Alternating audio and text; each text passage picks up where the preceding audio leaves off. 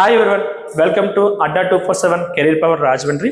So ఈ రోజు మనం రీఅరేంజ్మెంట్ ఆఫ్ సెంటెన్సెస్లో ఇంకొక ఇంపార్టెంట్ ఈజీ ట్రిక్ అనేది చూద్దాం. సో ఇంతకు ముందు చెప్పినట్టుగా మనం సెంటెన్స్లో ఎక్కడ కూడా మనం ఎంటైర్ సెంటెన్స్ చదివి టైం వేస్ట్ చేసుకోకూడదు. ఓన్లీ ఎక్కడ ఫోకస్ పెట్టాలి, ఈచ్ పార్ట్లో చివర ఉన్న వర్డ్స్ మీద ఫోకస్ పెట్టాలి. ఇక్కడ ఏముందండి, షుడ్ బి ఉంది, అండ్ ఆల్సో నెక్స్ట్ చూడండి ఎకనామిక్ డెవలప్మెంట్ అని ఉంది, have an optimal number of అని ఉంది, public health professionals who can అని ఉంది.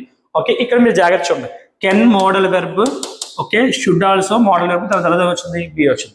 ఎప్పుడైనా సరే మోడల్ వెర్బ్ వస్తే మోడల్ వెర్బ్ తర్వాత V1 రావాలి, మోడల్ వెర్బ్ ప్లస్ బి వస్తే దీని తర్వాత ఏం రావాలి, V3 రావాలి.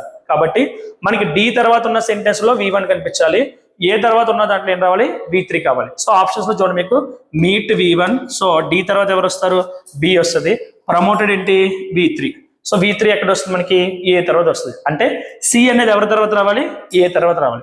ఏసీ మనకి మ్యాండేటరీ పేర్, ఏసీ మనకి mandatory pair. And also next ఏంటండి, డిబి అనేది కూడా ఏంటి, మ్యాండేటరీ పేర్. ఈ రెండు ఎక్కడ ఉన్నాయో చూస్తే మనకి అదే ఆన్సర్ అవుతుంది. సో ఆప్షన్స్ చూడండి, ఏసీ ఇక్కడ ఉంది, ఏసీ తర్వాత డిబి వచ్చింది, రెండు మ్యాండేటరీ పేర్లు మనకి ఆప్షన్ బిలో ఉందో.